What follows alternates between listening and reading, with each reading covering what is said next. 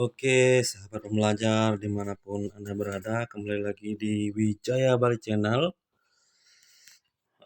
media pembelajaran khususnya mapel produk kreatif dan kewirausahaan kelas 12 semester genap. Mudah-mudahan bermanfaat ya.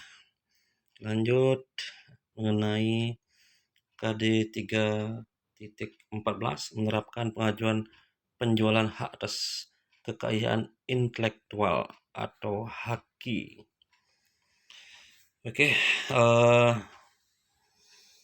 langsung saja mengenal hak paten dalam kewirausahaan.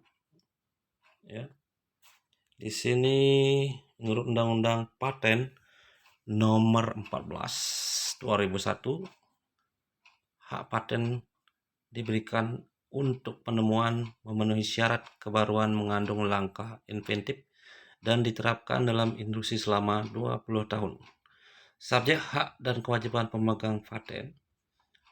Yang pertama adalah subjek paten, dan subjek paten ini ketentuan mengenai subjek paten diatur dalam pasal 10 Undang-Undang Nomor 14 Tahun 2001 tentang paten.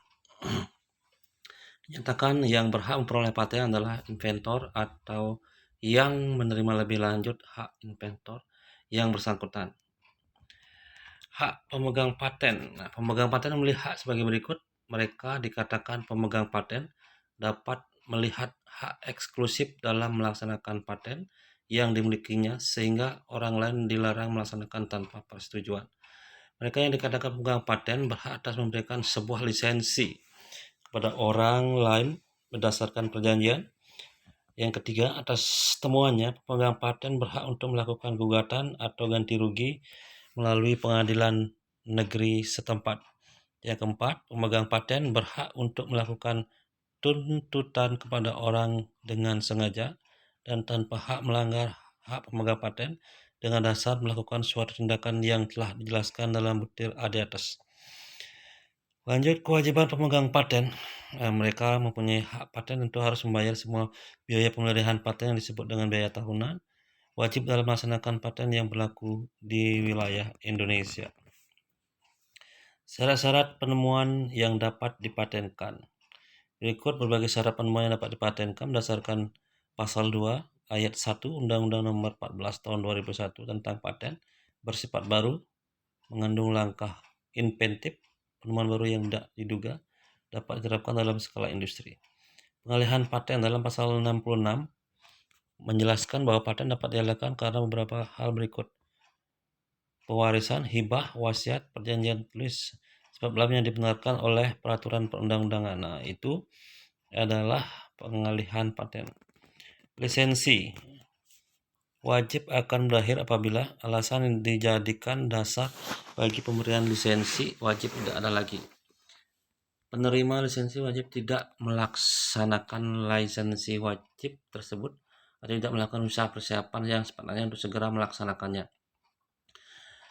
Poin C, penerima lisensi wajib tidak lagi mentaati syarat ketentuan lainnya termasuk pembayaran royalti.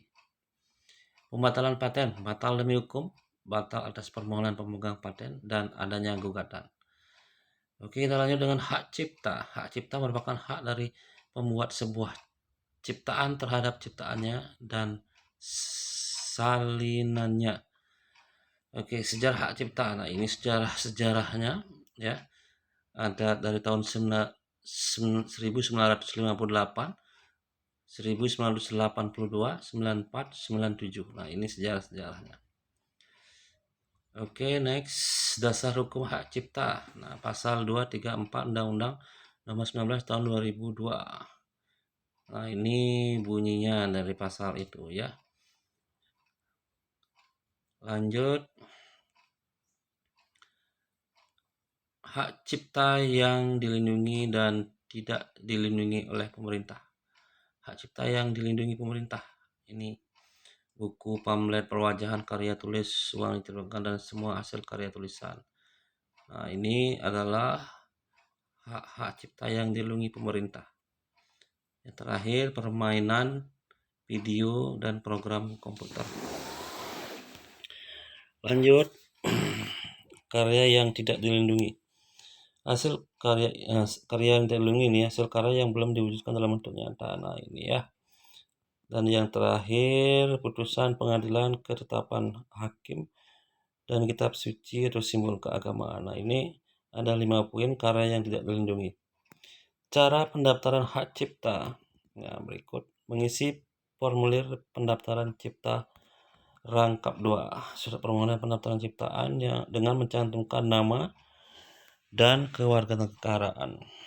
Nah, ini uraian ciptaan rangkap 2. Melampirkan bukti kewarganegaraan, permohonan pendaftaran ciptaan, melampirkan contoh ciptaan yang dimohonkan, ya. Pendaftaran sebesar Rp75.000 transaksi ke rekening masing-masing. Kita lanjut ke manfaat merek dagangan. Nah, ini manfaat menurut Keller dan Ciptono sangat bermanfaat sarana identifikasi untuk memudahkan proses penanganan atau pelacakan produk bagi perusahaan terutama dalam pengorganisasian dan pencatatan akuntansi. Bentuk proteksi sebagai cipta asosiasi, keunggulan kompetitif, dan sebagai sumber finansial return, ya. Ruang lingkup haki di sini ada hak cipta atau copyright, ya. Ada hak kayak industrial property right. Mungkin kalau di YouTube kan ada copyright. Nah, itu melanggar hak cipta karena copyright gitu ya. Sejarah hak cipta. Nah, ini sejarahnya dari zaman dulu tahun 600 sebelum Masehi. Pengertian hak cipta. Nah, ini menurut Undang-Undang Nomor 9 tahun 2002. Banyak ya, menurut pasal 2 Undang-Undang Hak Cipta. Ini. Lanjut, kedudukan hak cipta ditetapkan oleh Undang-Undang Hak Cipta bahwa hak cipta dianggap sebagai benda bergerak pada pasal 3 ayat 1. Sebagai berikut: pewarisan, hibah, wasiat dijadikan milik negara dan perjanjian. Hak cipta dan ciptaan yang dilindungi. Ini yang dilindungi ada pasal 11 ayat 1. Buku, pamflet, semua hasil karya tulis, ya. Masa berlaku hak cipta. Nah, masa berlakunya di sini ada kelompok 1, kelompok 2.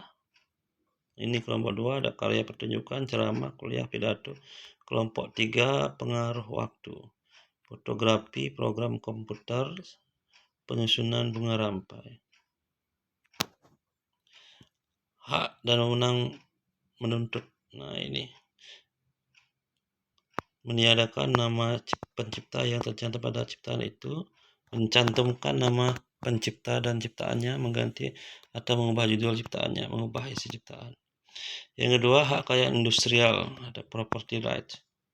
Hak kekayaan industrial meliputi sebagai berikut: ada paten, ada merek atau trademark, rancangan industrial design, rahasia dagang, dan yang berikut indikasi geografi, desain tata letak sirkuit terpadu, perlindungan variasi tanaman.